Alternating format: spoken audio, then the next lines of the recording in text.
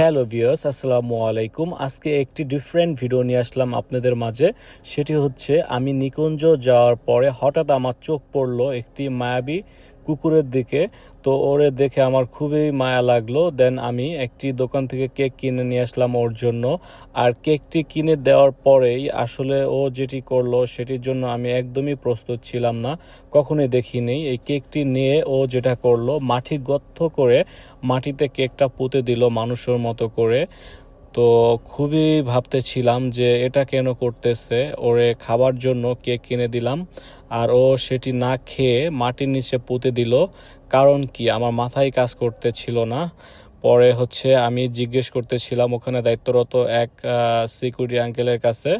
তো আঙ্কেল আমাকে যেটি বললো সেটি নিজের মুখে শুনেন। একটা দিলাম খাওয়ার জন্য, ও নিয়ে তারপরে এই জায়গায় আইসা মাটি গর্ত করে রাইখা দিল। এটা কারণ কি?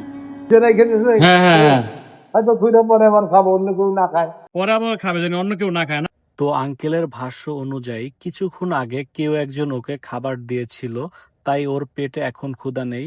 আর এর জন্যই খাবারটা মূলত এভাবে মাটিতে রেখেছিল, যাতে পুনরায় খাবার উঠে আবার খেতে পারে। বিষয়টি খুবই আশ্চর্যজনক।